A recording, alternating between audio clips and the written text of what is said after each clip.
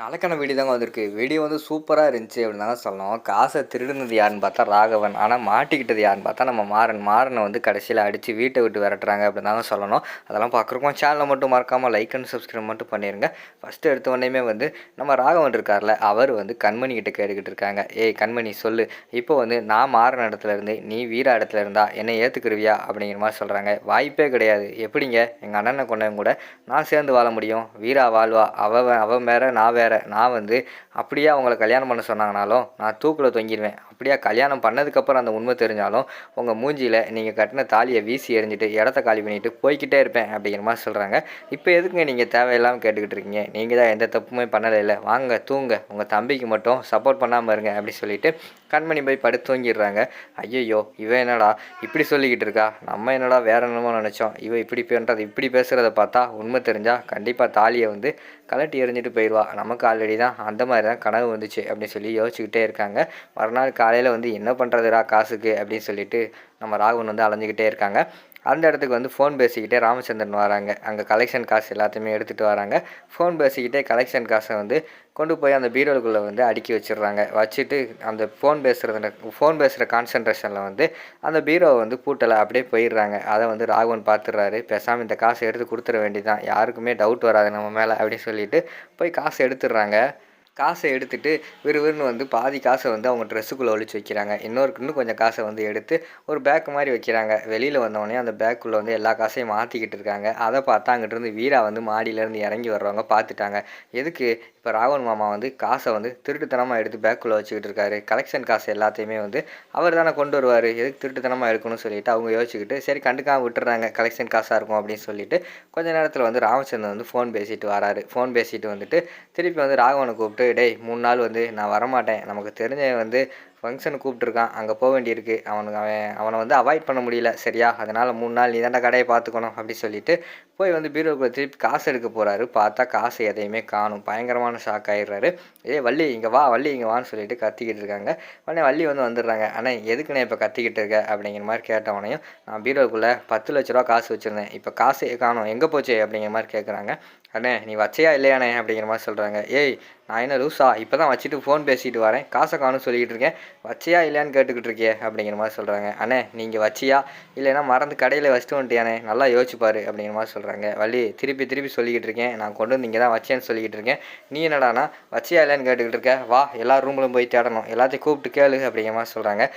அண்ணே அவங்க எல்லாருமே வந்து உன்னோட பிள்ளைங்கண்ணே, அவங்கக்கிட்ட போய் கேட்குறியாண்ணே அப்படிங்கிற மாதிரி சொல்கிறாங்க. வீட்டில் இருக்கிற காசு எப்படி போகும், ரெக்கம் முளைச்சி போகுதா இல்லைன்னா அதுவாக நடந்து போகுதா, இங்கே இருக்கிற யாரோ தான் எடுத்துருக்கணும், யார் எடுத்தாங்கன்னு எனக்கு தெரிஞ்சே ஆகணும், இந்த விஷயத்தை வந்து நான் சும்மா விட மாட்டேன். ஆல்ரெடி கடையில் ஒரு விஷயத்த சரி போனால் போகுதுன்னு விட்டுட்டேன், ஆனால் வீட்டுக்குள்ளே வந்து திருடன் இருக்கானா, அவனை கண்டுபிடிக்காமல் விடக்கூடாது, யார் எல்லாத்தையும் கூப்பிடு, டேய் ராகவா வாடா அப்படின்னு சொன்னோடனே ராகவன் வந்துடுறாங்க. ராகவன்கிட்ட வந்து டேய் நான் அங்கே வந்து 10 லட்ச ரூபா காசு வச்சுருந்தேன், அந்த காசை நீ எடுத்தியா அப்படிங்கிற மாதிரி கேட்குறாங்க.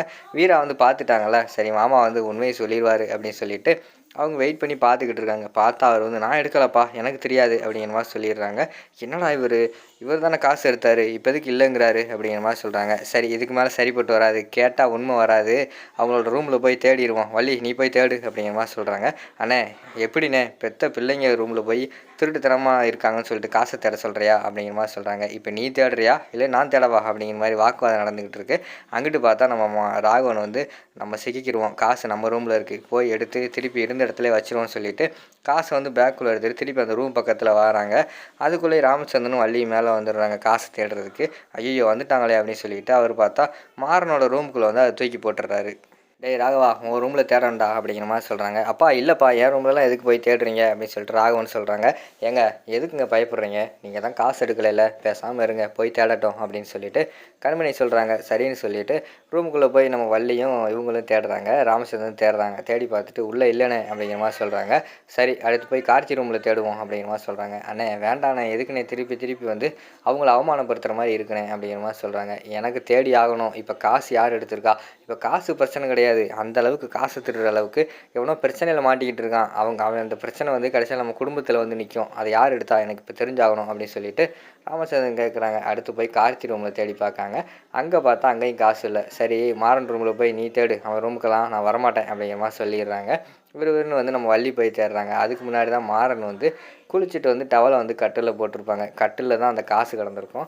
அதை அவர் கவனிச்சிருக்க மாட்டார். அதுக்கு மேலேயே போட்டுட்டு விறுவிறுன்னு வந்து வந்திருப்பார். அதை போய் நம்ம வள்ளி வந்து தேடுவாங்கள்ல, அப்போ பார்த்தா அங்கே கட்டில்ல வந்து டவலை வேறு இங்கேயே போட்டுருவான் அப்படின்னு சொல்லிட்டு அதை எடுத்து பார்க்காங்க. பார்த்தா உள்ளே வந்து காசு இருக்குது. ஐயய்யோ! மாறன் ரூமில் காசு இருக்கே, இப்போ என்ன பண்ணுறது அப்படின்னு சொல்லிட்டு, சரி ஒளிச்சு எடுத்துகிட்டு போவோம்னு சொல்லிட்டு அவங்களும் எவ்வளவோ வந்து சேலைக்குள்ளே ஒளிச்சு வந்து அந்த காசை ஒளிச்சு கொண்டு வருவாங்க. ஆனால் அதை ராமச்சந்திரன் வந்து கண்டுபிடிச்சிருவாரு. வள்ளி என்ன ஒளிச்சு கொண்டு வர காட்டு அப்படிங்கிற மாதிரி சொல்கிறாங்க. அண்ணே அது ஒன்றும் இல்லைண்ணே, அது வேறு அப்படிங்கிற மாதிரி சொல்லிக்கிட்டு இருக்காங்க. இப்போ காட்ட போறியா இல்லையா அப்படிங்கிற மாதிரி சொன்னோடனையும் அவங்க திறந்து காட்டிடுவாங்க காசை. எங்கே அவன் தான் திருடுறானா, எனக்கு தெரியும், அவன் தான் திருட்டு போய் ஏதாவது திருடியிருப்பான் அப்படின்னு சொல்லிட்டு நம்ம இவங்களை கூப்பிடுறாங்க. யார், நம்ம மாறனை வந்து, டேய் நீ தான் அந்த 10 லட்ச ரூபாயா திருநையாடா அப்படிங்கிற மாதிரி சொல்கிறாங்க. திருன்னு முழிக்காரு. ஏன்னா நான் நம்மளை சொல்கிறாங்களே சொல்லி முழிக்காரு. அங்கிட்டு பார்த்தா ராகவன் வந்து முழிச்சிக்கிட்டு இருக்காங்க. அப்பயே கண்டுபிடிச்சிட்டாரு இது ராகவனோட வேலையாக தான் இருக்கும் அப்படின்னு சொல்லிட்டு, சார் நம்மளே பழி ஏற்றுக்குறோன்னு சொல்லிட்டு, ஆமாம் நான் தான் திருடினேன், இப்போ என்ன செய்ய போகிறீங்க, 10 லட்ச ரூபா திருடினதுனால உங்கள் சொத்து ஒன்றும் அழிய போகிறது கிடையாது அப்படிங்கிற மாதிரி திமிரா பேசுகிறாங்க. நம்ம மாறன் வந்து, டேய் காசையும் திருடிட்டு இவ்வளோ திமிரா பேசிக்கிட்டு இருக்கியா வள்ளி, இனிமேல் வந்து இவன் இந்த வீட்டில் இருக்கக்கூடாது, உடனே இந்த வீட்டை விட்டு போக சொல்லு அப்படிங்கிற மாதிரி சொல்கிறாங்க. இப்போ என்ன, நான் வீட்டை விட்டு வெளியே போகணும் அவ்வளோதானே, இந்தா போகிறேன் அப்படின்னு சொல்லிட்டு பேக் எடுத்துகிட்டு அவர் வந்து வீட்டை விட்டு வெளியில் போகிற மாதிரி தான் காட்டுறாங்க. அதோட பார்த்துக்கிட்டிங்கன்னா அந்த எபிசோடு வந்து முடிச்சிடுறாங்க.